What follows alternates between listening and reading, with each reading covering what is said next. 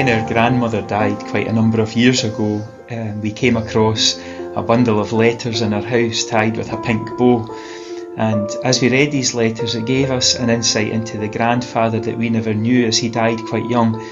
And in these letters he clearly expressed love for his family as he wrote home from the war. And one letter in particular, he had said at the end, "Look after Alan, he's special." And for Ruth, Heather and I, over the years, he truly was a special dad to us. Dad was special to me because as a wee girl of 6, he led me to the Lord.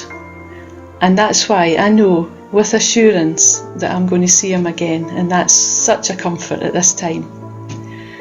Throughout my life, Dad displayed so many fruit of the Spirit. If you can think of any of these, love, joy, peace, patience, kindness, goodness, they can all relate to Dad, because he lived for the Lord. In that wee acrostic, Jesus first, yourself last, and others in between. Every night we got a kiss as we went to our beds, and he tucked us in. And he had the good balance between rules and relationship, which meant that none of us really needed to rebel.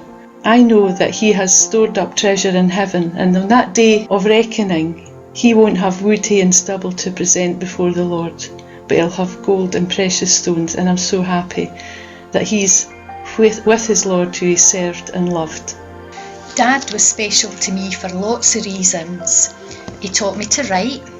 He would hold the pencil with me while we formed the letters together. He encouraged me to read. He used to take us all down to the library every Saturday morning and would come home with piles of books. He taught me to swim. He taught me to ride my bike. He taught me to drive. He taught me about other countries. We used to go down to the docks with Dad on a Sunday afternoon to see all the foreign ships that were in. He would identify their flags and tell us all about that country. He loved to play with us. Every night he'd clear the furniture to the edges of the living room and leave a big space in the middle. At this point, Mum and Grandma would escape to the kitchen. He'd then line us up against the wall and get down on his knees in the middle of the floor and roar like a lion. We'd have to run to the other side of the room without getting caught. There was lots of screaming.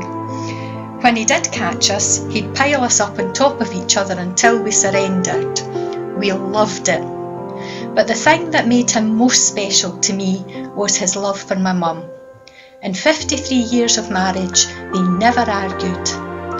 And that ensured that we had a happy, stable childhood, which is invaluable. And for all of these reasons and more, I'll always be grateful that Dad was my dad. There are so many things about Dad that made him special to me, too numerous to mention. Whilst we never had much materially as children, Dad provided us with all we needed and more. A loving, stable, safe and secure family home. When I was a child, he made me a sledge for Christmas, cars we could sit in out of sand at the beach, sat me on the bar of his bike since we didn't have a car when we were going places. Although I wasn't a footballer like my dad, he taught me to swim to competition level. He always kissed us goodnight. These are only a few reflections of a happy childhood. As an adult, I look back with thankfulness on Dad, who was patient, kind, loving and self-sacrificing, a true example of a godly life and a lasting legacy. He also suffered long, particularly these last few years, with Parkinson's disease, yet never complained. He was always more concerned for others, more than himself. I feel honoured to bear his name and will be eternally thankful to God that I can call him my dad.